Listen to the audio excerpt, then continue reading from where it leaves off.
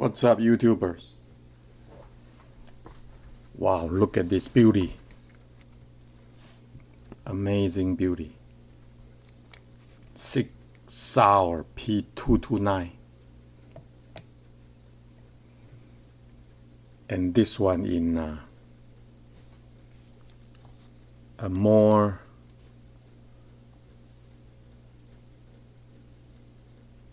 unusual caliber 357 Sig.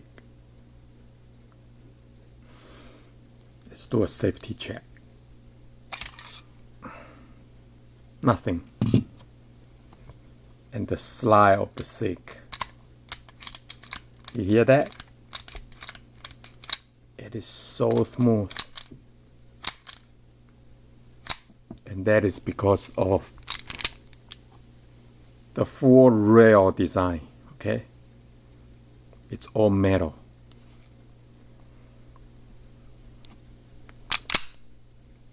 You hear that? So smooth. This one doesn't have a magazine disconnect, and there's no chamber indicator. So this is an older model. No rail. This is stainless, so I suspect the frame is also stainless steel, not aluminum, because this thing is a brick. It is a brick. While we are at it, let's see the decock. Double action.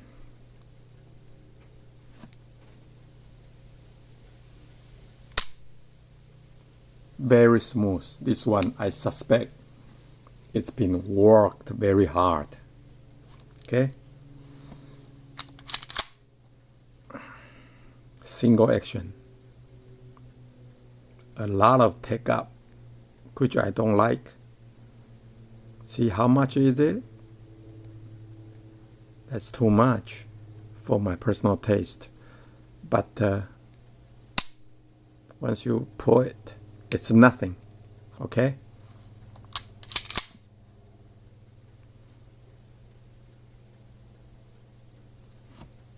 It's sort of like a,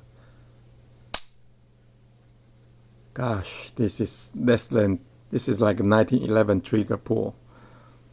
It's sort of like the Performance Center from Smith & Wesson's high-end revolver, the single action. But it's nothing. Reset. Very long reset. Same as that take up.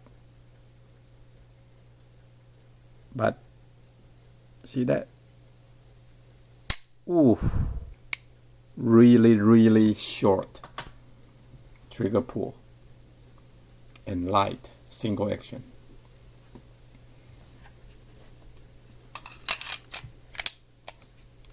I love P229. This is the chosen weapon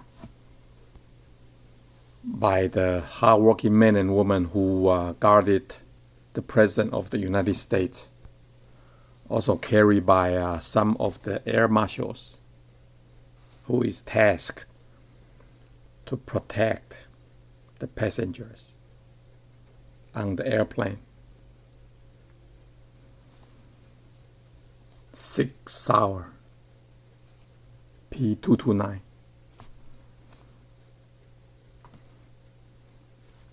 Relatively compact compared to P226, but definitely still on the chunky side. I can see this as an inside the waistband carry, but definitely outside the waistband holster would totally be fine. It is heavy though. It is very heavy. I picked it up used from a local FFL. You won't believe how dirty she was, laying down there, lifeless.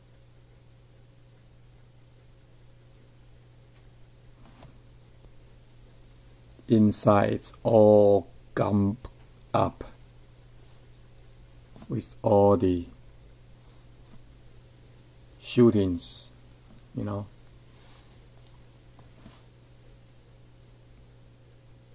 Just very, very sad.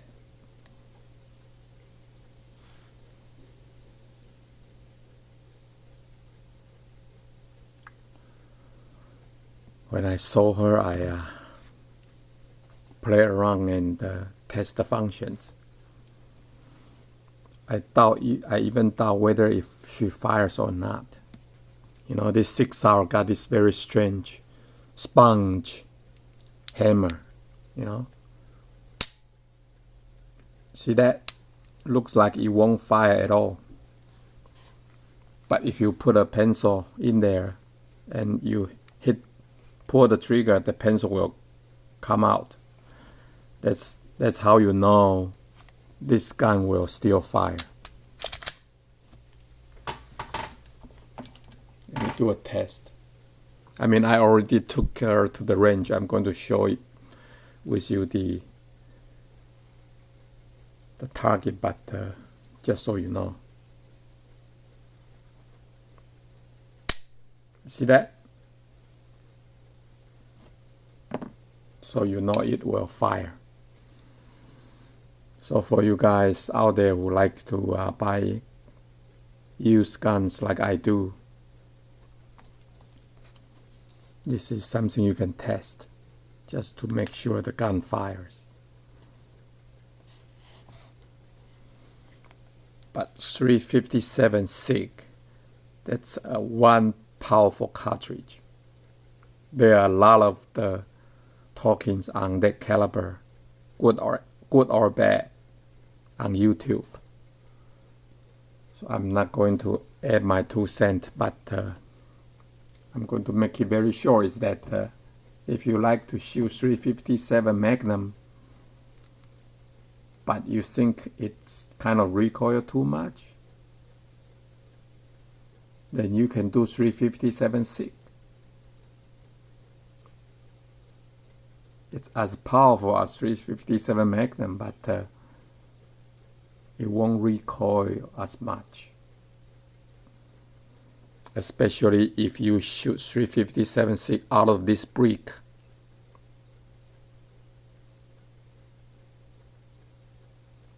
It's like just like a regular 40 Smith Wesson. Now my project next is to get a 40 Smith Wesson conversion barrel for this guy. Since I already know it fires, so I'm going to invest one more barrel so I can have a 2 gun in one.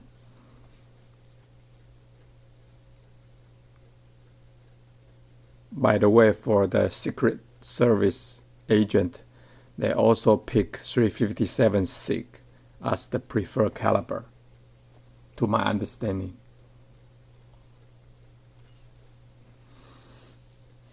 I once shoot 357 Sig from a polymer gun. I'm not going to name the brand, but it is really too much for me. So when I pick her up, I'm very hesitant, but since she's so heavy, so I told myself, well, why not give her a shot, you know? And the result is remarkable. I love it. It is totally different from shooting 357 Sig from a polymer gun. Of this gun is match, made in heaven. Let's look at the target I did today. This is the first 15 shot. Okay, the first 15 shot. Look at it. Look at how tight it is. And I shoot very fast. You know, this is not a target gun, but, you know, look at this tight group. It's an excellent combat pistol. And these 4 shots are home defense ammos. Look at them. Sig Sauer P229.